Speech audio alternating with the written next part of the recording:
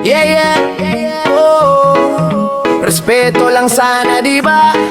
Pero bakit parang wala ka nuna? Walang modo, kahit kanino. Basta may masabi ka lang, tuloy-tuloy. Walang preno ang bibig mo. Kala mo astig, pero bastos lang. Totoo.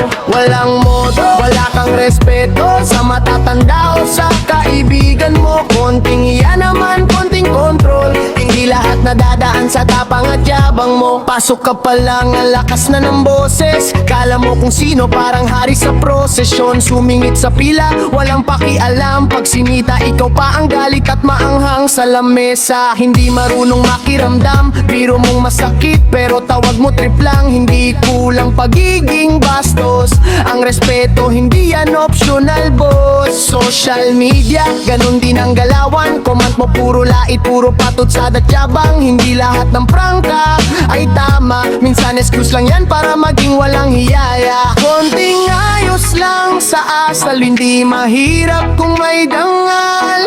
Respeto ay libre lang, pero bakit parang kulang? Walang modo, kahit kanino. Basta may masabi ka lang, tuloy-tuloy. Walang preno ang bibig mo. Kala mo astig, pero bastos lang. Totoo. Walang modo, wala kang respeto sa matatanda o sa kaibigan mo. Konting iya naman, konting control. Hindi lahat nadadaan sa tapang at kapang. May nakatataas, ba ay paitan ka, pero sa mahina todo ang tapang mo pa. Selective ang ugali, depende sa kausap. Pag walang pakinabang, doon ka umaastang. Suplado at salbahe, hindi ka kinakul ng pagiging harsh. Mas nakakaangas ang marunong mag-hush.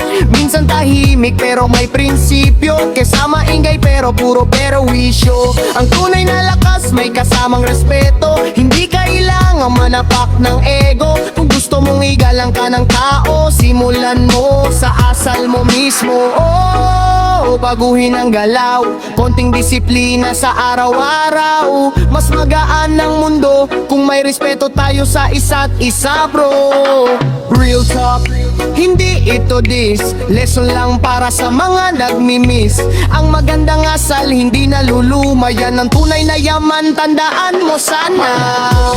Sana hindi na simulan ng pagbabago ngayon na respeto ang puhunan mo.